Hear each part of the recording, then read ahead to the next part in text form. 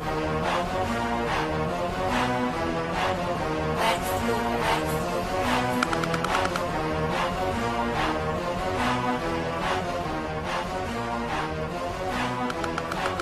decía asturiano, las drogas matan a la peña y al ser humano, son lo peor de esta sociedad, son la criminalidad, simplemente por ellas se pelean en la calle, simplemente por ellas se de la basura, simplemente sin censura, matan gente por ellas, ¿qué pasa? No se lo merecen, solo te dan felicidad en un momento dado, pero no es felicidad, es algo que se ha inventado.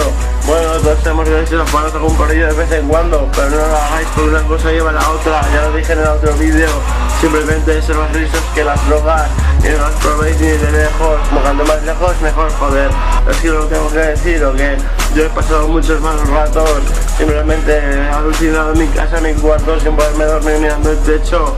Come techo, mirando el techo. ¿Qué pasa, muchacho? Dicho pecho, techo. Eres un cohe mirando el techo. ¿Qué pasa, hermano? Melómano soy, pero no comas ni pirómano. Pero sobre todo soy cleptómano. Voy con un mechero y un avión de gasolina hacia tu casa. Para ver si te sigues metiendo droga porque arrasa. Aquí está mi tema. ¿Qué pasa? ¿Qué es crema? Suena como gelatina. Es la puta retina. Tu ojo lo que ve. Simplemente el pobre virus se lo merece. No soy un que 13, mis 13. Viva Alexander Santa María. Es el puto jefe. Criminalidad.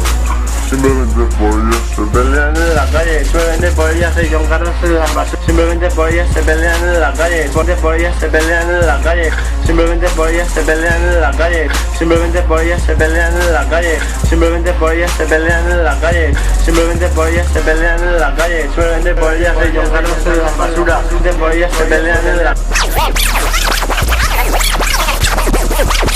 por ellas se John Carlos en las basuras, simplemente pasa, no se lo merecen, solo te dan felicidad en un momento dado, pero no es felicidad, es algo que se ha inventado.